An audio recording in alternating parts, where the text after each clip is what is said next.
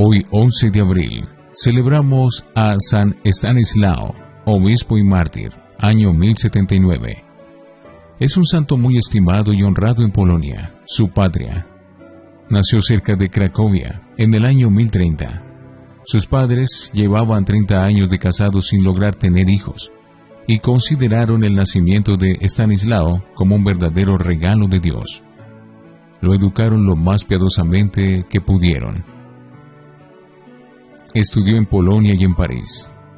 Ordenado sacerdote por el obispo de Cracovia, que es la segunda ciudad de Polonia, fue nombrado párroco de la catedral. Se distinguió por su gran elocuencia, por los impresionantes ejemplos de vida santa que brillaba a todos con su buen comportamiento, y por la forma de costumbres que lograba conseguir con sus predicaciones y con su dirección espiritual. El señor obispo deseaba que Estanislao fuera su sucesor, pero él no aceptaba ser obispo porque se creía indigno de tan alta dignidad. Sin embargo, al morir el prelado, el pueblo lo aclamó como el más digno para ejercer el episcopado, y el Papa Alejandro II lo obligó a aceptar el obispado, el cual ejerció por 7 años, desde el año 1072 hasta el año de su muerte en 1079. Era muy estricto en exigir a cada sacerdote el cumplimiento exacto de sus deberes sacerdotales. Visitaba cada año a todas las parroquias y dedicaba mucho tiempo a la predicación y a la instrucción del pueblo. Su palacio episcopal vivía lleno de pobres, porque jamás negaba ayudas a los necesitados. Tenía la lista de las familias que estaban pasando por situaciones económicas muy penosas para enviarles sus generosas ayudas. Problemas por corregir a un jefe. El rey de Polonia, Boleslao, era un valiente guerrero, pero se dejaba dominar demasiado por sus pasiones. Al principio se entendía muy bien con el obispo Estanislao, pero luego empezó a cometer faltas muy graves que escandalizaban y daban muy mal ejemplo al pueblo, y entonces el obispo tuvo que intervenir fuertemente. San Estanislao recordaba muy bien aquel mandato de San Pablo.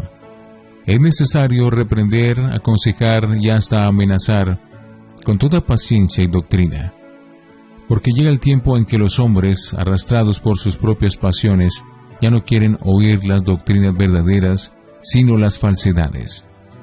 Segunda de Timoteo 4:2. Este obispo era de carácter amable y humilde, pacífico y amigo de arreglar todos los asuntos por las buenas. Trataba de ser severo consigo mismo, pero totalmente comprensivo con los demás. Era un alma que jamás demostraba orgullo y ponía gran cuidado para no dejarse dominar por la ira. Siempre estaba en disposición para ayudar a los necesitados, pero conocía muy bien la frase del profeta Isaías: «Hay de los jefes espirituales que sean como perros mudos, que no ladran cuando llegan los ladrones a robar en el campo del Señor». Y él no quería ser perro mudo, que se queda sin dar la voz de alerta ante los enemigos y los peligros. La copa se rebosa. Varias veces había corregido a Boleslao cuando éste cometía crueldades e injusticias, y el rey había mostrado cierto comportamiento y deseo de corregirse. Pero de pronto, la medida de sus maldades rebosó cuando Boleslao se robó una mujer casada para llevársela como concubina a su palacio. Las gentes se escandalizaron. Ninguno de los altos empleados se atrevía a corregir al rey escandaloso, y pidieron al obispo que se atreviera a llamarle la atención al terrible monarca. Estanislao se presentó valerosamente ante el rey y le echó en cara el pecado tan escandaloso que estaba cometiendo, y pésimo ejemplo que estaba dando a todo ese pueblo tan católico. Boleslao se hizo el sordo y no quiso hacer caso. Entonces el obispo, con toda la autoridad de su cargo, lo amenazó con terribles castigos si no se arrepentía de su pecado impuro y no dejaba aquella mala actitud. se entabla la lucha en serio. Boleslao creyó que el obispo no iba a proceder tan fuertemente y se atrevió a asistir a una misa a la catedral.